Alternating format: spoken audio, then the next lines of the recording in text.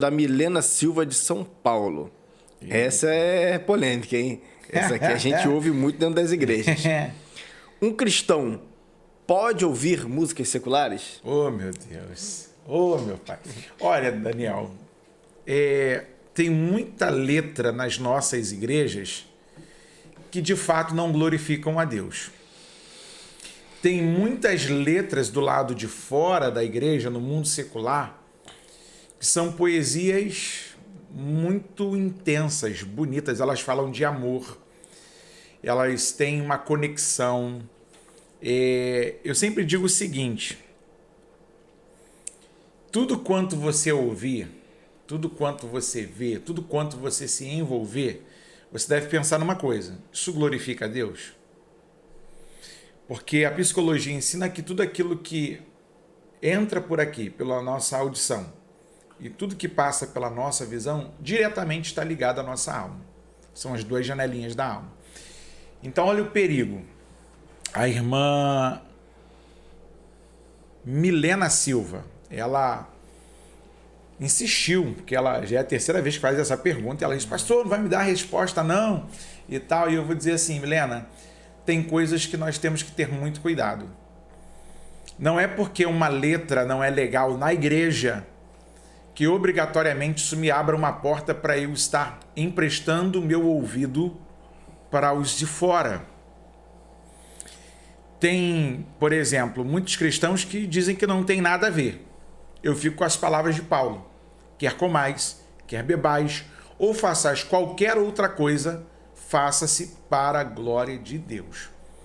Porque tem muita coisa, e você, Daniel, já foi envolvido com a musicalidade, sabe que tem letras que são compostas, né, dentro de um ambiente um tanto desfavorável. Tem, para quem não sabe, o Daniel, que é dono de uma escola de cavaco, ele já foi lá do Mundão, posso falar aqui? Pode. Foi lá do Mundão, já foi músico, profissional da música, e ele sabe que tem ambientes que, principalmente o pagode, o samba, são ambientes de espiritualidade diferente da minha. São criados composições justamente para falar da imagem do Jorge, ou então a outra que cantava lá, que agora xingou Jesus esses dias: o canto dessa cidade é meu, né? A outra que o próprio o pagodeiro lá, o Arlindo Cruz, que quantas vezes fazendo fundo de palco trabalhava com isso na época, ele, para abrir o show dele, invocava os demônios, cantava lá os negócios lá e tinha as músicas preferenciais dele para fazer a homenagem para aquilo que ele acreditava. Então, assim, a gente precisa ter muito cuidado, porque tem coisas que são nocivas, parecem nocivas, mas, por exemplo, eu vou, para não se estender muito na minha resposta, muita gente gosta e já ouviu das músicas de Renato Russo. Ele fala de amor. Caramba! Eu já ouvi música do Renato Russo e parei para analisar. Poxa, que letra! Mas vamos parar para analisar quem está escrevendo a letra? Como era a forma que ele amava? Para quem que ele está se declarando naquela letra? Será que aquela motivação que parte dele serve para mim? Porque assim como a música é um instrumento para louvor a Deus, para engrandecer a Deus, aquela outra música também está engrandecendo a outro alguém. Então eu acho que não combina comigo, Paulo, cristão, entendeu? E só que a gente sofre de um problema. Muita gente fala assim: ah, pastor, mas o meu pastor me libera, a minha igreja. Irmão, tudo aquilo que o seu pastor, a sua igreja te liberar, e a Bíblia de repente condenar um determinado ponto, o seu pastor, a sua igreja não é maior autoridade que a Bíblia. Deus não divide a sua glória com ninguém. Isaías disse assim, falando sobre Deus: Deus não daria a sua glória a outrem, não dividiria com outrem. Ou seja, ele não abre mão disso. Aí você quer ouvir músicas que são até legais, são partituras muito bem elaboradas, mas que eu acredito que são apenas distrações para a nossa mente naquele momento, mas que não vão alimentar. Mas é muito interessante que a música tem um poder marcante. Por quê? Porque a música, ela marca um momento. Tipo, outro dia eu tava num lugar e o menino viu lá uma pessoa, ele falou assim, rapaz, lembrei do pagode, o que você lembrou? Bateu saudade. Eu falei, rapaz, esquece isso, tá casada, esquece aquela bala perdida lá. E foi embora. Mas a música, ela tem o poder de marcar momentos, de trazer memórias. E aí você fica quase que aprisionado em determinadas canções. Na minha humilde e simplória opinião, não existe um casamento bom entre um cristão que gosta de ouvir música secular. Paulo, eu estou ouvindo ópera. Pô, legal. Beleza. Mas eu sempre digo, se você tem isso e isso não te incomoda, se isso não atrapalha o seu relacionamento com Deus, pode ser que o outro irmão não seja tão firme, tão forte quanto você. E aí você precisa observar que o outro pode estar te observando e querendo pegar alguma coisa naquele gancho para dizer assim, o fulano falou, o fulano faz, eu também vou fazer. Só que o fulano tem uma estrutura e o outro não tem, e aí o outro acaba se enveredando e voltando para antigas práticas. Eu quero aproveitar aqui e fazer um adendo na sua resposta, né, para Milena Silva. O senhor falou tudo aí, já esclareceu bem. Até uma experiência que eu tive, certa feita eu fui num hortifruti. De manhã cedo, estava acordando cedo, ainda estava fazendo uma dieta alimentar e ia lá comprar legume e verduras. Eu entrei, o pastor Paulo, naquele ambiente, estava tocando uma música muito alta. E a música que estava tocando era sertanejo das mulheres. É Sofrência o nome, né? Isso. Cara, aquela letra eu estava pensando. As letras, elas te induzem a muitas coisas. E tem um perigo também aí, que eu vou ressaltar aqui, de repente você que opta por ouvir músicas seculares, né? A questão de pode ou não pode, mas de repente o pastor pode falar assim, não pode, o outro pode falar que pode. Mas a pessoa que não quer fazer, ela faz, né? A gente tem que ir por esse princípio. Então, se você está ouvindo, preste atenção. Às vezes você está em um relacionamento complicado. Você passou por uma traição.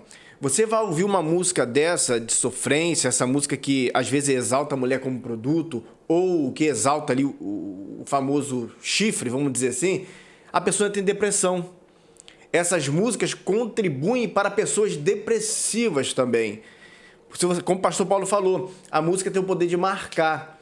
Então, como ela é arte, expressar o sentimento da alma, ela se conecta também com a sua alma. Então, muitas das vezes, aquilo que você está ouvindo vai te conduzir para passos, de repente, que podem ser fatais para a tua vida por causa de uma música. Você me faz lembrar, Daniel, a importância de termos bons compositores e bons músicos. Sim. Por quê? Quando Saul se viu oprimido e um espírito maligno o atormentava, quem que foram chamar? O instrumentista Davi, que tocava a sua harpa. E a Bíblia vai dizer o seguinte, que enquanto Davi dedilhava a sua harpa, ele tocava o seu instrumento, o espírito maligno saía de Saul. Então a música, ela também tem uma neurolinguagem. Olha como é que é. Tanto é que a música é também uma das ferramentas pelas quais a psicologia usa para curar pessoas de depressão. É verdade. Então, assim, quando a gente fala de música, a gente está falando de algo que, apesar de ser abstrato, ela toca em áreas da nossa vida e do nosso ser que muitas vezes outras coisas que nós gostaríamos que saciasse não saciaram. E aquilo pode abrir feridas, como pode ser curativa, ou pode te colocar em um transe de depressão, porque você vai começar a olhar. Por exemplo, muita gente gosta de ouvir músicas internacionais. Mas o perigo de ouvir a música internacional é não saber o que é o conteúdo daquela letra. A gente entende mais a melodia, né, do que está acontecendo ali, mas a letra... Eu acredito que muita gente vai se identificar. Na época que eu era adolescente, minhas irmãs adoravam ouvir o Good Times. Elas ouviam escondido. Rapaz, as músicas de Elton John. E eu lembro da época do enterro da princesa Diana. Quem foi tocar? Foi ele. E a música que ele tocou para ela. Rapaz, não tinha quem não chorasse ouvindo Elton John. Cara, é um excelente instrumentista, compositor, cantor. Só que tu já parou para pensar quem é Elton John? Como era o segmento pelo qual... o próprio Biafra e outros mais aqui no Brasil diziam que para compor música eles tinham que ir a um terreiro. E ele deu entrevista na Ana Maria Braga e ele falou que a entidade incorporava nele e fazia ele escrever. Então, quem é que eu estou ouvindo? Por que é que eu estou ouvindo? E aí eu falo para você, seja seletivo. Seja seletivo. Procure uma música de louvor a Deus que exalte a Deus de fato. Que é essa coisa de que Deus vai te matar, vai te ressuscitar, a vitória vai chegar, a roda vai girar, hoje o Quebed de Moisés não vai morrer. Irmão, tem coisa que só é tcheng, acabou. E tem uma questão até interessante ainda, só pra gente finalizar essa questão da música. Existe aquela discussão, né? O que é louvor e o que é música gospel? Eu sou dessa teoria, sempre fui, que eu acho que tem músicas gospel não devem ser cantadas no altar, porque não está exaltando a Deus. Mas eu fui muito crítico quanto a isso, mas depois eu fui fazendo uma reflexão. Essas músicas, para você ouvir em casa, elas até te ajudam a se aproximar de Deus. Elas te incentivam a ler a palavra. Sim. Elas podem estar também falando, relatando o seu problema. E isso te faz até bem. Mas, de repente, para o altar não. Para o altar tem que ser algo realmente cristocêntrico, né? Direcionado para Deus. Então, acho que como você falou, a importância da música. A música tem a sua importância, tanto terapêutica, quanto quando nós estamos passando por algum momento, às vezes a música te conforta. E quando a música ainda aponta para a Bíblia, eu já gravei textos bíblicos por causa de música. Sim. Quando cito assim, é muito fácil de gravar, né? Então, a música tem a sua importância, mas eu acho que os telespectadores aí devem selecionar, né? O que eles estão ouvindo e vendo. Tá bom, meu pastor? Ser seletivo é essencial na vida para todas as áreas. É verdade.